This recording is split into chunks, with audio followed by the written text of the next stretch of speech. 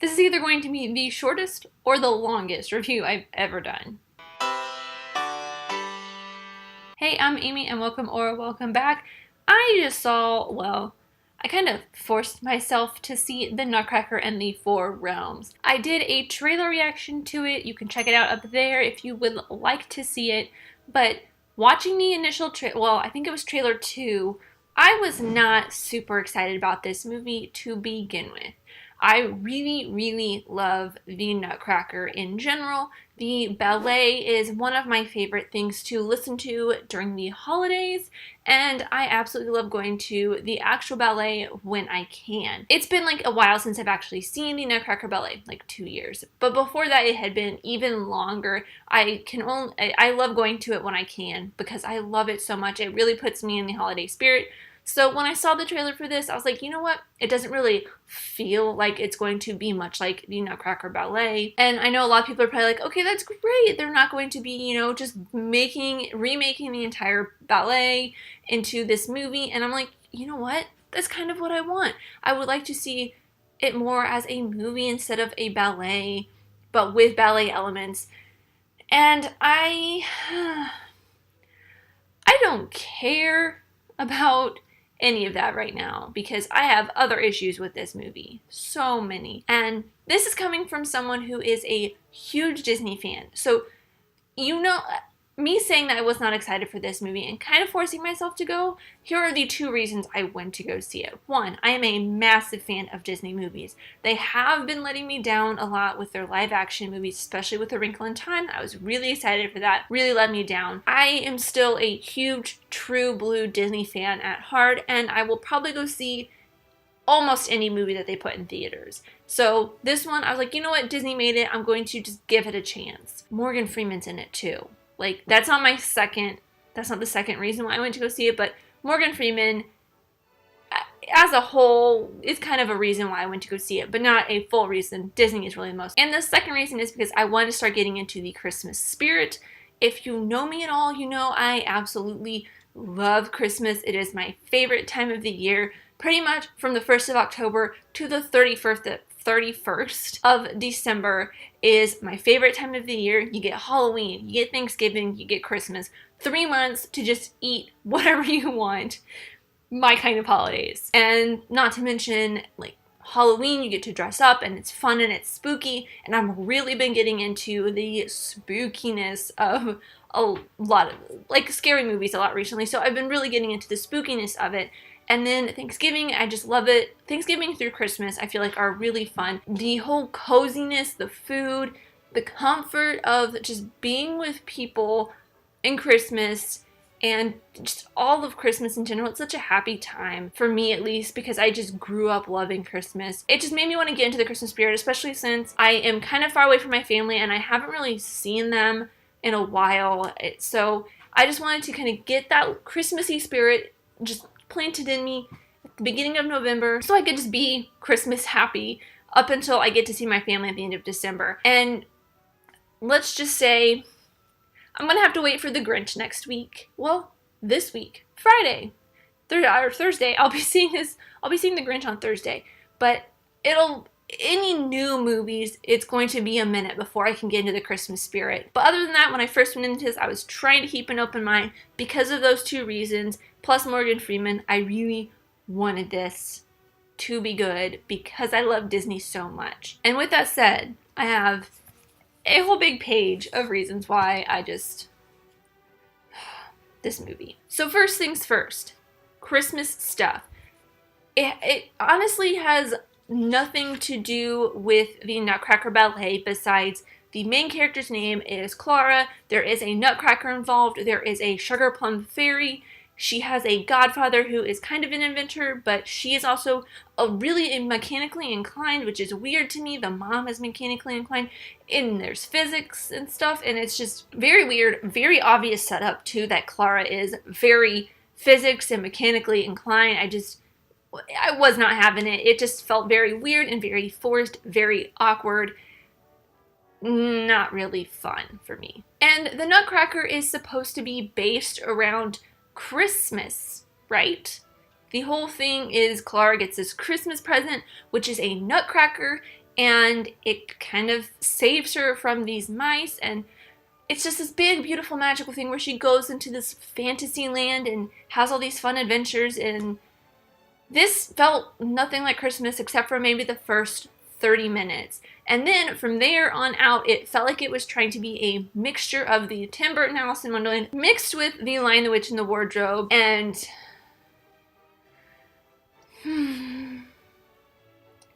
it just, this is how I feel. It did incorporate a little bit of stuff from the ballet slash the story of the ballet, like I said earlier, the Sugar Plum Fairy, and there was a little bit of ballet. They really did incorporate the music, at least for the first, I want to say like 30 minutes, 30, 45 minutes of this movie. They had a lot of the first 30 minutes of the ballet music incorporated into it very well, but mostly just as a soundtrack, kind of like, oh, here, we're doing the Nutcracker for you. But other than that, they had no other music, it felt like to me, from the ballet. They also had the incorporation of mice, which they use mice in this, but I believe it's rats in the actual ballet. And there's a point where Clara's brother Franz scares her with a nutcracker. Cool.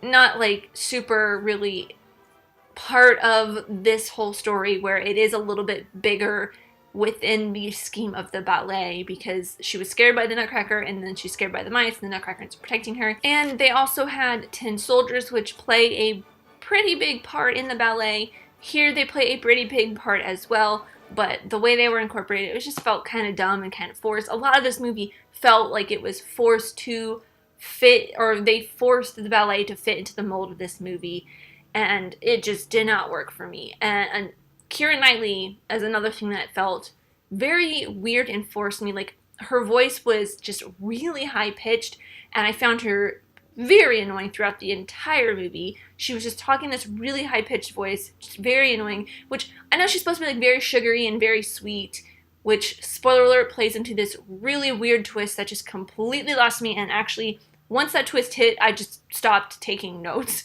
I was like, I'm done taking notes, and that was about 3/4 of the way through the movie. Keira Knightley's character was just so annoying to me. I just could not get past how annoying she was. And I normally like Keira Knightley and stuff, but this, she just was not, no good. And speaking of really great actors and actresses in this movie, Helen Mirren. They got Helen Mirren to be in this. I don't know how, I don't know what they did, but she was probably the best part to me. Her role was a little interesting, but I wouldn't say it's like groundbreaking, amazing, but it's just, I mean, it's Helen Mirren. She's never not amazing, but what did they do to get Helen Mirren and Morgan Freeman in this? I don't know. And they did not use Morgan Freeman nearly as much as they should have. I feel like the godfather slash uncle has a lot more to do in the ballet than he does in this movie, and it just, I don't know, man, it just was not good. And there are a couple things that I can say that I actually enjoyed in this, and that is when they are getting into the ballet portion of the movie, where they literally just sit and watch the ballet of the Nutcracker. It's kind of dumb to me, but Missy Copeland, who is a renowned ballerina, she was amazing and beautiful and graceful. She did an amazing job doing the whole swan portion. I believe it's a swan portion.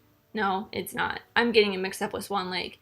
But she did a whole beautiful dance, and before they get into that ballet, they do this kind of lights with the silhouettes of the orchestra with the conductor, and it felt very Fantasia, which kind of harkened me back to my childhood, and it also kind of put you into the whole ballet Nutcracker feel of it. Also, some other great things are the comic relief characters, which I don't know the name of one of them, but the other actor, Jack Whitehall, who is going to be in this new movie with The Rock and Emily Blunt called Jungle Cruise. I am really excited for that movie because I love Jungle Cruise and I love Disney.